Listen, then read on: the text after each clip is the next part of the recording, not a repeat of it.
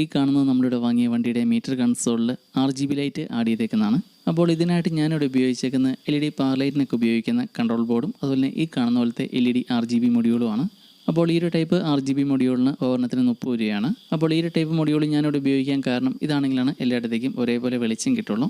പിന്നെ ഞാനിവിടെ ഉപയോഗിച്ചേക്കുന്നത് ഈ കാണുന്ന പോലത്തെ കൺട്രോൾ ബോർഡാണ്. അപ്പോൾ ഇത് LED പവർ ലൈറ്റിനൊക്കെ ഉപയോഗിക്കുന്നതാണ്. ഇതിന് 260 രൂപയ്ക്കേ ഉള്ളൂ. ഇതിൻ്റെ പവർ കൂടിയ ബോർഡുണ്ട്, അതിനൊക്കെ ആകുമ്പോൾ ഒരു 480 രൂപയ്ക്കാവും. അപ്പോൾ ഇങ്ങനെയുള്ള കൺട്രോൾ ബോർഡും അതുപോലെ RGB മൊഡ്യൂളൊക്കെ ഉപയോഗിച്ച് നമുക്ക് വളരെ കുറഞ്ഞ ചിലവിൽ വീടുകളിലും വാഹനങ്ങളിലൊക്കെ ആംബിയൻസ് ലൈറ്റ് പോലെയും പല രീതിയിൽ നമുക്ക് സെറ്റ് ചെയ്യാൻ പറ്റും. അതുപോലെ ഈ ഒരു ടൈപ്പ് കൺട്രോൾ ബോർഡാണ് ഉപയോഗിക്കുന്നതെങ്കിൽ ഇതിൽ ഓഡിയോ മോഡ് കൂടിയുണ്ട്.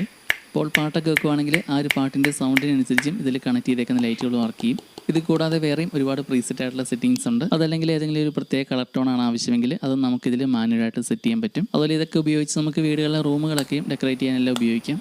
അപ്പോൾ ഇതിൻ്റെ എല്ലാം ഡീറ്റെയിൽ ആയിട്ടുള്ള വീഡിയോ കാണാൻ താല്പര്യമുണ്ടെങ്കിൽ നമ്മുടെ യൂട്യൂബ് ചാനൽ നോക്കിയാൽ മതി. ഈ ചാനലിൽ ഡീറ്റെയിൽ വീഡിയോ ഉണ്ട്.